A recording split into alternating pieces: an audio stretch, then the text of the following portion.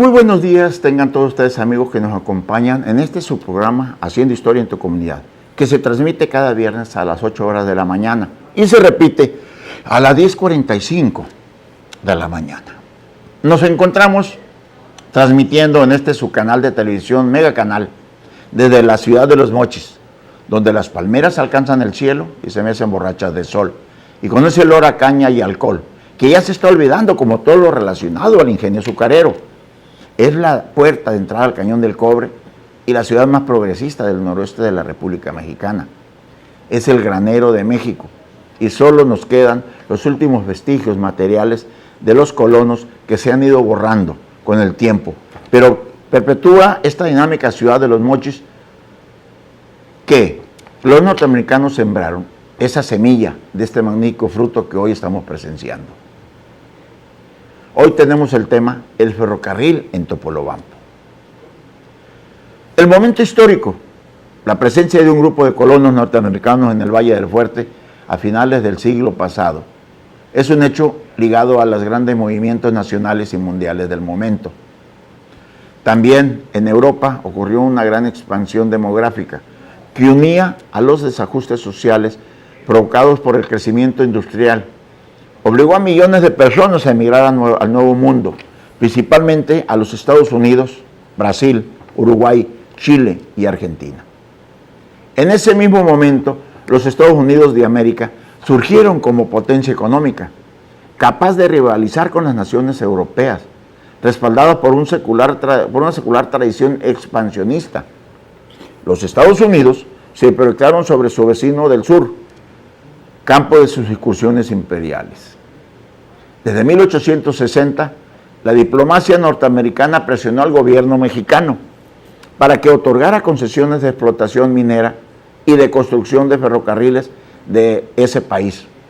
Una de esas empresas, la Denver Rio Grande Railway, a través de su socio general William Palmer, invitó al joven ingeniero Albert Kinsey Owen a venirse a México en 1866 a trabajar en el levantamiento de planos, dado a la gran experiencia que él había adquirido en su país.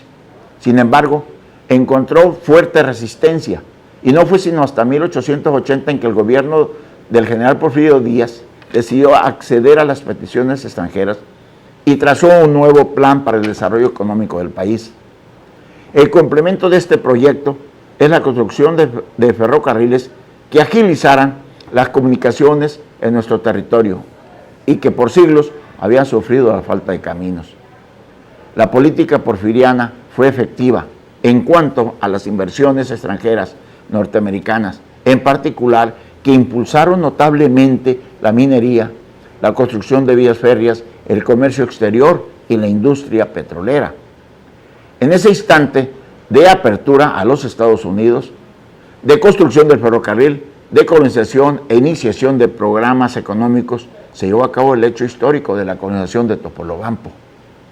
Se buscaba entonces extender los ferrocarriles norteamericanos dentro del territorio mexicano, con objeto de incrementar el comercio y lograr una salida al Océano Pacífico, pues el comercio en el lejano oriente era una de las principales metas de los empresarios norteamericanos.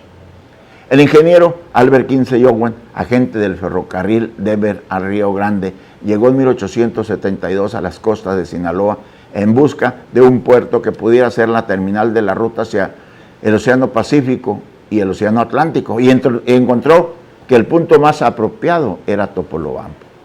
Desde ese momento, Owen concibió un plan que haría de llenar y consumir 30 años de su vida. Esto es, la construcción de un ferrocarril transcontinental que corriera de Topolobampo a Ojinaga o Piedras Negras y que se prolongara hasta el puerto de Norfolk en Virginia. Este ferrocarril acortaba las distancias entre las costas atlánticas de los Estados Unidos y el Océano Pacífico, lo que permitiría incrementar el comercio del lejano oriente, además del intercambio entre México y las zonas centrales de los Estados Unidos. Como la empresa ferroviaria Denver Río Grande fracasó, Owen intentó promover el proyecto por su propia cuenta. Su primera idea fue que los gobiernos de México y Estados Unidos construyeran con el ferrocarril, pues se oponían a que sus ideas sirvieran para enriquecer más a los poderosos empresarios norteamericanos. Entre 1874 y 1879, Owen trabajó activamente por convencer al Congreso de los Estados Unidos de que aprobaran su proyecto, y a pesar de que obtuvo el apoyo del presidente, Grant no logró su objetivo. Ni siquiera obtuvo la autorización para que el gobierno realizara la exploración de la ruta. En 1881, Owen consiguió interesarse en el proyecto a un grupo de inversionistas de Boston. Se formó entonces la Texas Topolobampo and Pacific Rail con objetivo de realizarlo.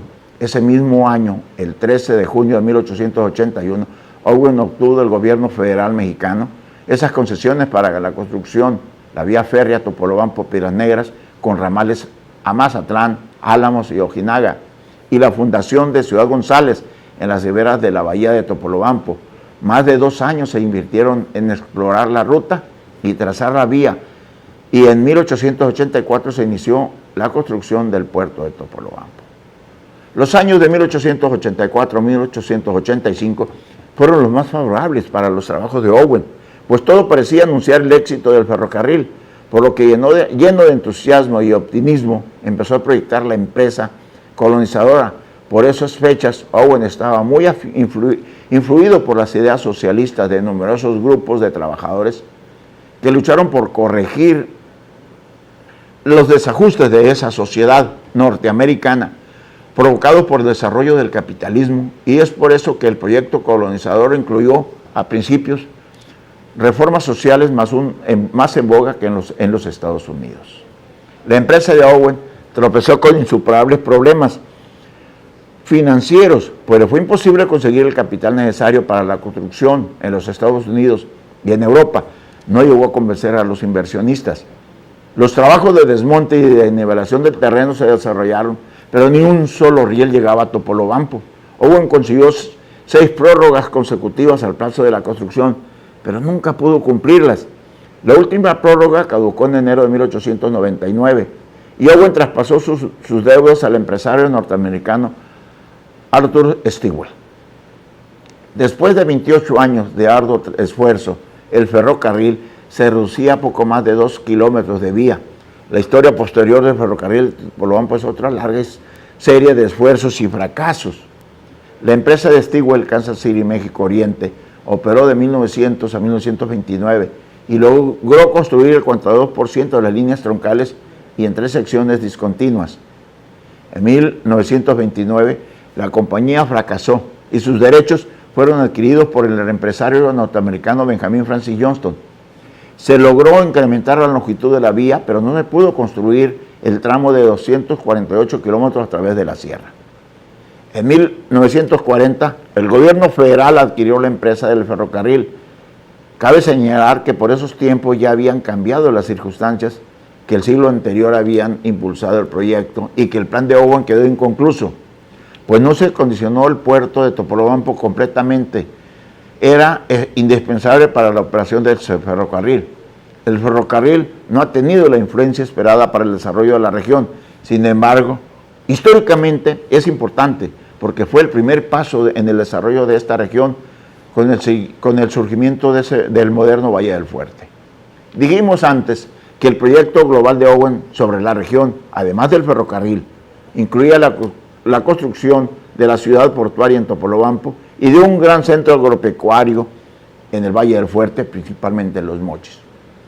Fue hasta el 24 de noviembre de 1961 cuando Adolfo López Mateos, presidente de la Nación en aquellos momentos, inauguró el ferrocarril que con la construcción del tramo entre Krill, en Chihuahua, hasta San Pedro, en Sinaloa, se unieron los ferrocarriles Kansas City, México Oriente, que correría de Topolobampo hasta San Pedro, en Sinaloa, y el ferrocarril noroeste que llegaba hasta Krill, naciendo así la empresa ferroviaria que se llamó Ferrocarril Chihuahua al Pacífico.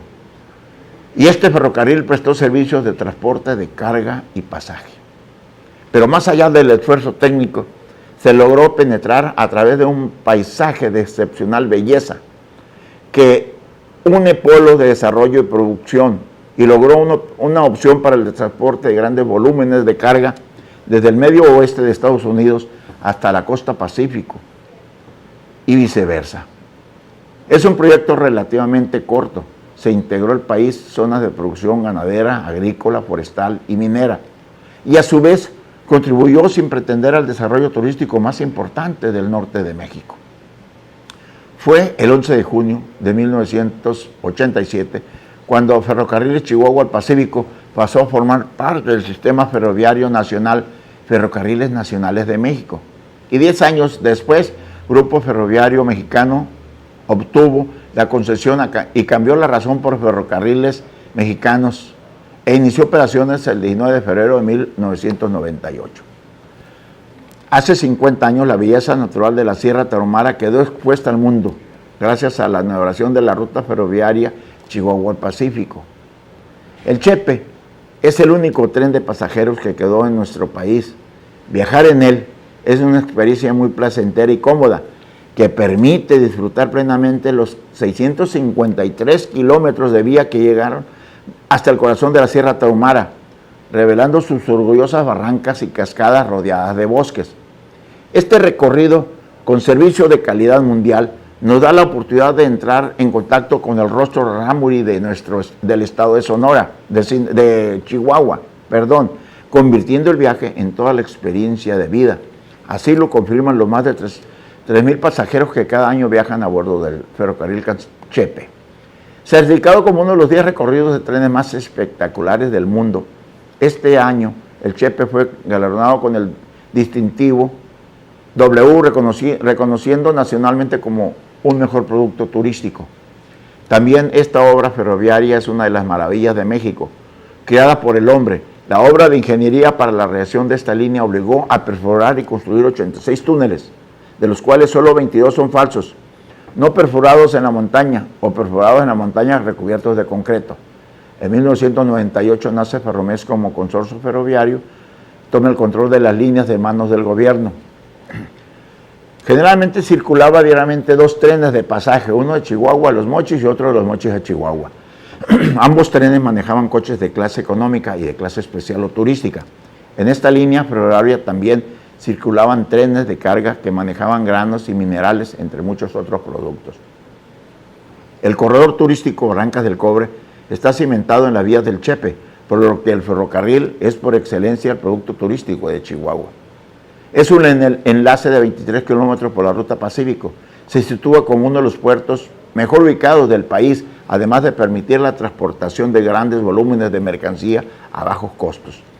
La región suroeste de los Estados Unidos también tiene una excelente alternativa para transportar sus productos con destino a la cuenca del Pacífico, al reducirse las distancias terrestres en un 30%, en comparación con las rutas de los puertos norteamericanos de la costa oeste. Muchísimas gracias por su atención. Nos vemos el próximo viernes.